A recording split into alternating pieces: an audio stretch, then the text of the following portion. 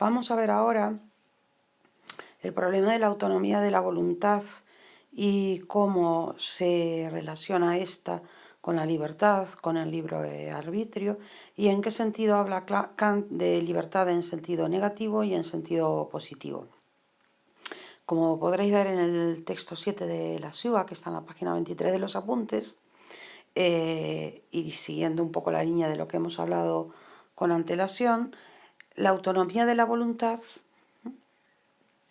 va a ser el principio de las leyes morales, porque ya lo hablábamos cuando empezamos con la ética kantiana, de que el ámbito de la moralidad es el ámbito de la libertad. Entonces Kant nos va a decir en este texto que la autonomía de la voluntad es el único principio de todas, fijaros, de todas las leyes morales, que nosotros ya sabemos que van a ser el imperativo categórico, ¿no? Y de todos los deberes conformes a ellas.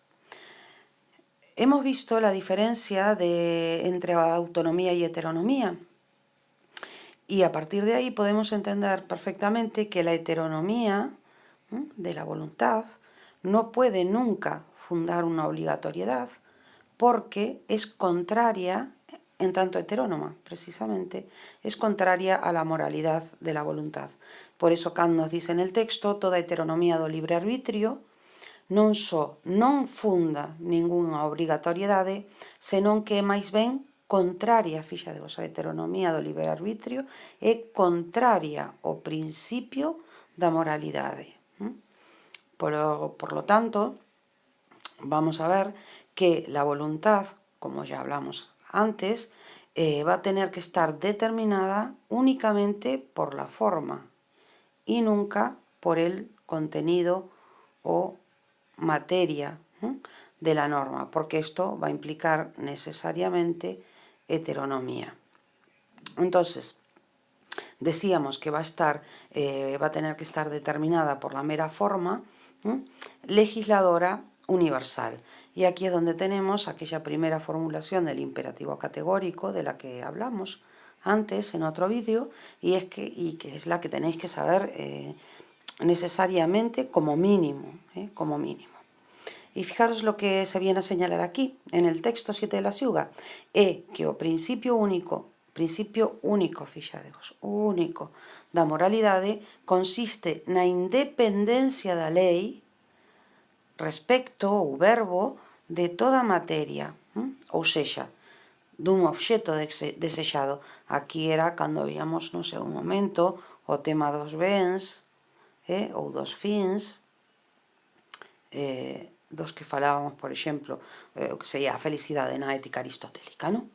Entonces, decíamos que o principio único da moralidade consiste na independencia da lei, verbo de toda materia, e ao mesmo tempo na determinación do libre arbitrio, ou sexa, da liberdade, pola mera forma legisladora, aquí o tendes, universal, de que unha máxima ten que ser capaz. Aquí o tendes, a mera forma legisladora universal, o tendes aquí tamén, vedes? De acordo? Polo tanto, a idea é que quen pode únicamente marcar o deber, determinar o deber da vontade, dunha vontade libre e a forma. En ese sentido es que en el texto 7 de la SIUGA se va a hablar de libre arbitrio o de libertad en sentido negativo y de libertad o libre arbitrio en sentido positivo. Cuando hablamos en el primero de los sentidos, o sea, en el sentido negativo, estamos hablando de la independencia de la ley respecto a toda materia, que era lo que señalábamos, fijaros, aquí, aquí, ¿vale? Y lo vamos a tener aquí. Bien. Libertad en sentido positivo, pues, libertad en sentido positivo es la que vamos a tener, o la que Kant entiende como la libertad de legislar. Legislar, aquí lo tenéis, legislar la propia razón, obviamente, porque si no estaríamos en el ámbito de la heteronomía. va a ser entonces la libertad en sentido positivo, esa capacidad de legislar. Aquí lo tenéis, ¿veis? De nuevo, legisladora universal. Si le echamos ahora un vistazo al texto 7 de la SIUGA, del cual ya hicimos antes un resumen y vimos cómo había que tratarlo, vamos a poder observar que, de lo que vamos a tener que hablar, si tenemos que comentar este texto, y lo que hemos aprendido de este texto, es qué entiende Kant por libertad, cómo su ética va a ser una ética formal, ¿vale? Y después vamos a ver más en concreto lo que es el sentido positivo y el sentido negativo, el positivo y el negativo de libertad. Si miramos las negritas, yo creo que va a terminar siendo bastante claro este texto, una vez que hemos visto en la anterior diapositiva cómo se relacionaba todo esto con lo que llevamos hablando, ¿no?, hasta ahora. Y veis que Kant aquí dice que la autonomía de la voluntad, va a ser el único, ¿de acuerdo?, principio de todas las leyes morales. Por lo tanto, único, no va a haber otro. Y de todos los deberes, ¿no?, conforme a estas leyes morales.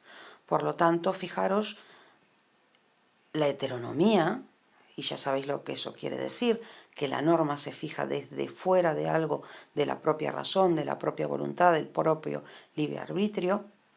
La heteronomía, por lo tanto, no va a fundar obligatoriedad moral nunca, porque es contraria al principio de la moralidad de la voluntad, precisamente en tanto heterónoma, ¿de acuerdo?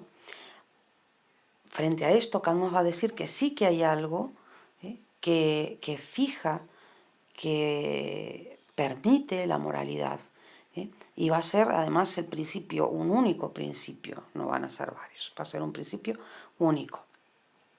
Y eso va a consistir en la independencia respecto a toda materia, porque entonces volveríamos a caer en estar determinando la ley a partir de un objeto y estaríamos cayendo en la heteronomía, ¿vale?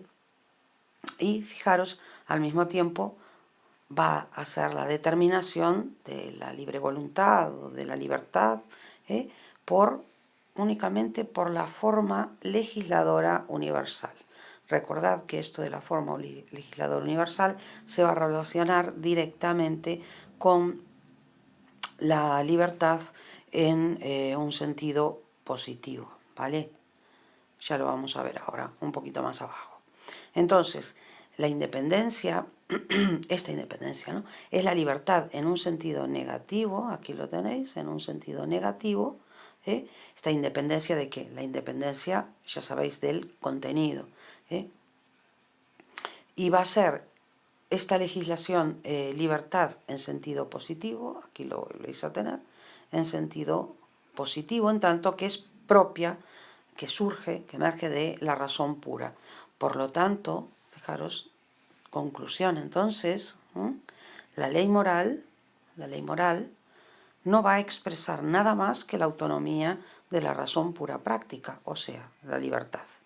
Vemos pues cómo tenemos que relacionar clarísimamente esta idea de ley moral, no cualquier ley moral, y vosotros sabéis que eso es el imperativo categórico, cómo se relaciona entonces la ley moral con la autonomía de la razón pura práctica y con esa noción de libertad dentro de lo que es el formalismo kantiano, ¿no? Y fijaros, os refiero a este tema del formalismo por esto precisamente, porque es esta ley moral la condición formal de todas las máximas. Si recordáis, las máximas eran las normas subjetivas, individuales, de actuación, ¿no?, que podían guiar nuestra actuación. Las cuales, esas máximas, solo bajo esta condición de formalidad y por lo tanto de universalidad acordaros, y necesidad, pueden coincidir con la ley práctica suprema, que como vosotros sabéis es el imperativo categórico, ¿vale?